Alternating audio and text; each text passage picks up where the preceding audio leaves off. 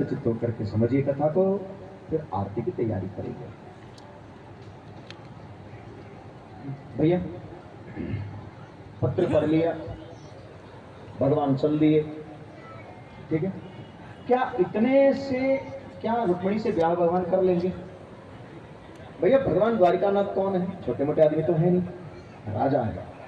ऐसा पत्र तो भगवान के पास रोज आते होंगे, समझ रहे?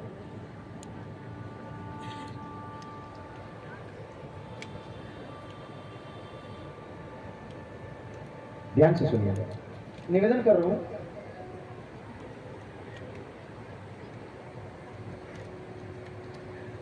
भगवान ने पत्र पढ़ करके चल दिया, ये अर्थ लगाएंगे तो गड़बड़ हो जाए, क्योंकि भगवान के पास ऐसा पत्र तमाम आता है, आता ही रहता है। माता लोग कथा को समझिए, ठीक है। ये बताइए, अभी कल हम लोग एक कथा सुन रहे थे, भगवान राम का विवाह की कथा। भैया दुनिया में एक महिला सब कुछ बर्दाश्त कर सकती है, लेकिन एक चीज वो बर्दाश्त नहीं करेगी, टूट जाएगी, दुखी हो जाएगी, उसका जीने का कोई कारण अब बचा नहीं है। पता है वो कौन सा कारण है? उसको कहते हैं, अगर कहीं उसका पति उसके चरित्र पर संदेह करे, अब उस महिला को क्या बचा है? आप तो समझ रहे हैं मेरी बात? अगर उसका पति उसके चरित्र पर संदेह कर ले, अब उसको महिला के पास क्या बचा है जीने के लिए? भैया या महिला पति पर संदेह करे कि इनके चरित्र ठीक नहीं है, आप ठीक हैं लेकिन वो मान नहीं रही हैं, अब आपके पास बचा क्या है? समझ रहे हैं? यही सिचुएशन कहां है? अयोध्या के सभा में। आप दर्शन करिए, सीता जी खड़ी हैं, महर्षि वाल्मीकि खड़े हैं, और कौन खड़े हैं? लव और कुश। भगवान रामभद्र ने जगत जननी परांबा भगवती से पूछा, देवी क्या ये हमारे पुत्र हैं? आप दर्शन करिए। बाबा अपने दाहिने तरफ दो बालक हैं और बाएं तरफ पिता हैं, वाल्मीकि जी। बच्चों के सिर पर हाथ रख करके जगत जननी परांबा भगवती सीता मैया ने कहा, प्रभु आप ही के पुत्र हैं।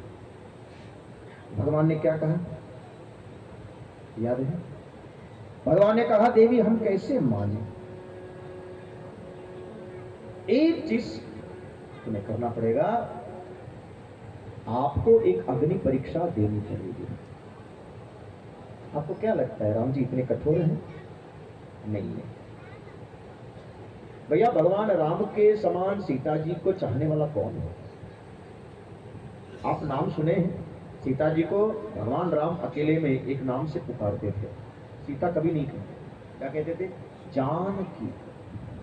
आप इस शब्द का अर्थ घर में जाके निकालिए, जानकी। जनक सुता जग जननी जानकी अतिशय प्रिय करुणा निधान। अतिशय प्रिय है राम जी के लिए।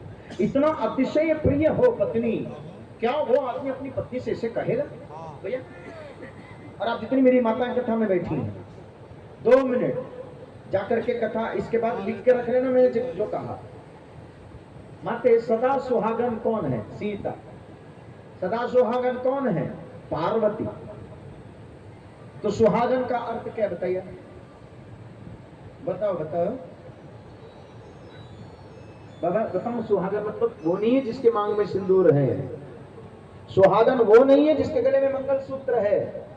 सुहागन वो नहीं है जिसके हाथ में ढेर सारी चूड़ी है। फिर सुहागन वही जो पिया मन भावे। बोलो वृंदावन बिहारी। अगर आपका पति आपसे बहुत प्रेम करता है, वो सुहागन है।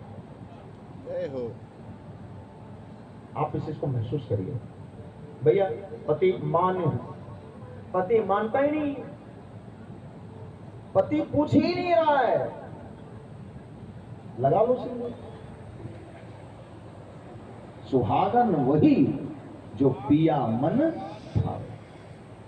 अगर आपका पति आपसे बहुत प्रेम करता है, लिख के ले लो, आप सुहागन। इसलिए हमारी माताएं लोग आशीर्वाद देते